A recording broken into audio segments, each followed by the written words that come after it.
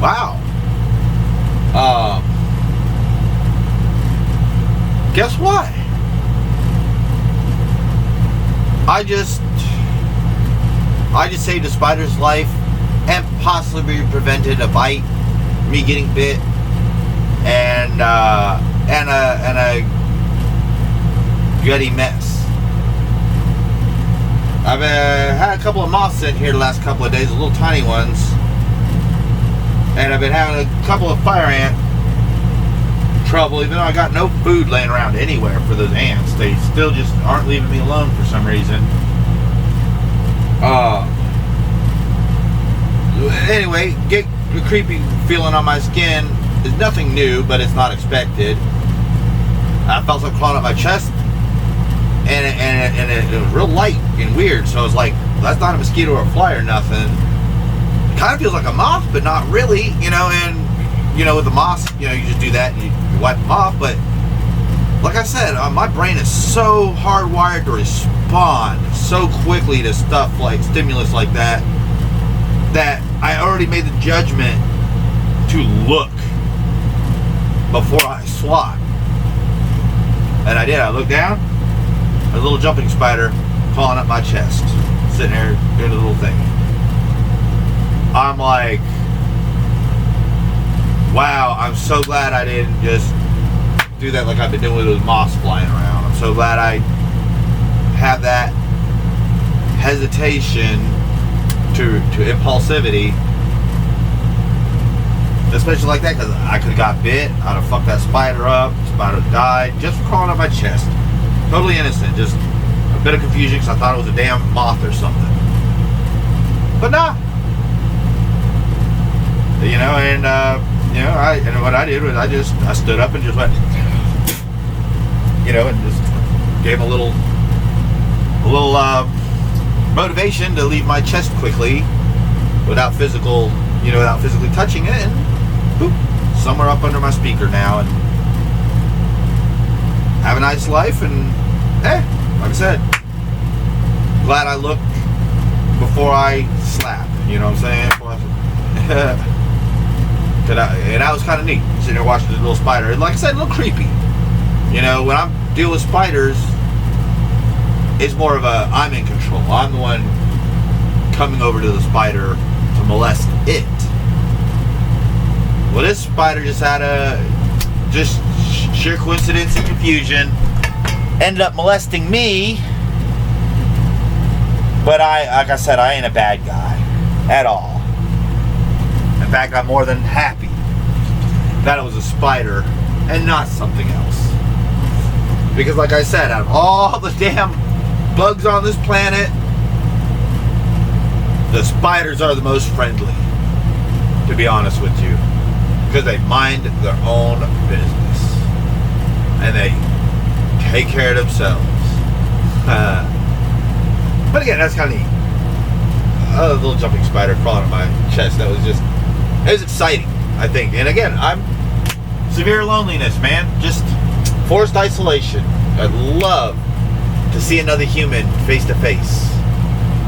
But, seeing a spider face to face, just as good.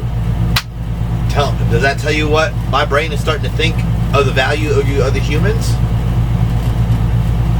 Yeah, I'm putting the spiders on a more socially acceptable level than the majority of you humans. But this is coming from a child abuse victim. It is what it is. And I'm over here reading. I've been reading on this all damn day. I ain't watched a fucking 20 minutes of YouTube since about 24 hours ago. No fucking shit. I've been sitting here for 24 hours, almost non-stop now. Nearly 50% of the remaining beds, about 5.5 out of the 11.7, were occupied by forensic patients charged with or convicted of crimes. Forensic bed demand is exploding. Colorado alone saw a 500% increase in hospital referrals for pretrial competency evaluations. State spending reflects a forensic shift, despite the historic shift as more beds are diverted to... See, this is what I've been doing. I've been sitting here just trying to figure out, why the fuck can I just not go to a damn doctor, get a prescription, go to the store, come home, and treat my serious psychiatric brain disease and mental illness. Why? Why can't I just fucking do this? Because they shut down all the hospitals, but they didn't open up the supply chain for me to get that medication. So, I'm lost. I don't really need hospitalization, but I do need medication. But because the system is designed to send me home with medication, but it works the exact opposite, I have to go to the hospital for medication, and I have to come home for my hospitalization. That's some fuck shit when none of this would even exist if I wasn't abused as a child.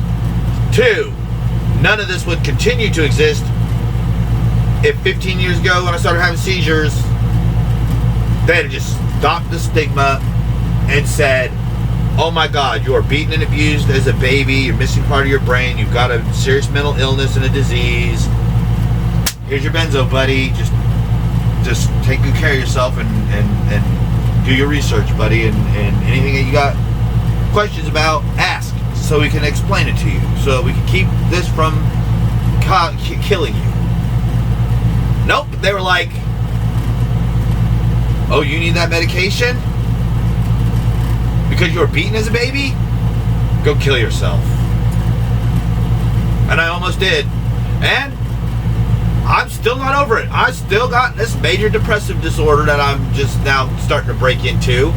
And now I'm understanding exactly why my theory with SSRIs and SNRIs and my experience with them was totally valid the whole time.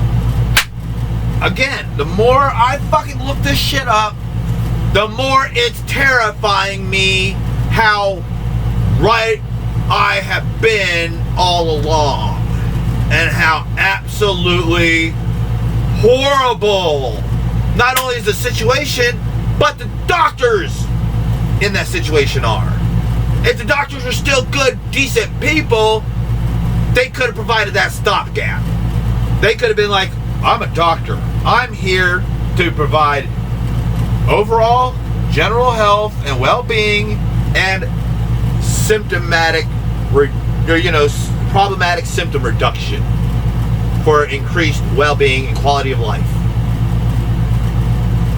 You go to the doctors now, they're so paranoid because of the pill vendor system that they won't prescribe you medication, and it's so bad that now they're brain diseased into believing that anytime anybody asks for a medication, the first thing you have to do is call them a liar and shit test the fuck out of them, and then still most likely deny them that medication, even if they pass all the shit testing. That's not a doctor. That's a fucking Nazi. It is what it is. Yes. So am I calling pharmacists and doctors Nazis? Absolutely. Whenever I have to deal with law enforcement or medical professionals, I really do feel like a Jew being sent to a concentration camp or the gas chamber, and they are like the Gestapo. Oh my God, when are you gonna fucking hurt me again? Oh my God, when am I gonna get beat again? Oh my God, when are you gonna fucking hurt me? Oh my God, are you gonna fucking hurt me again? Oh my God, when's it coming? Oh, when are you gonna hurt me? That's literally my internal sensationalization of panic and terror as I'm sitting here desperate just to get this medication and to treat my psychiatric condition correctly. And like I said, every time, this points to that medication. This points to the same medication. This points to the fact that the other medications that I've been telling them all along were indeed wrong. So I'll double check. Yep, this medication is right. This medication is wrong. So I triple check.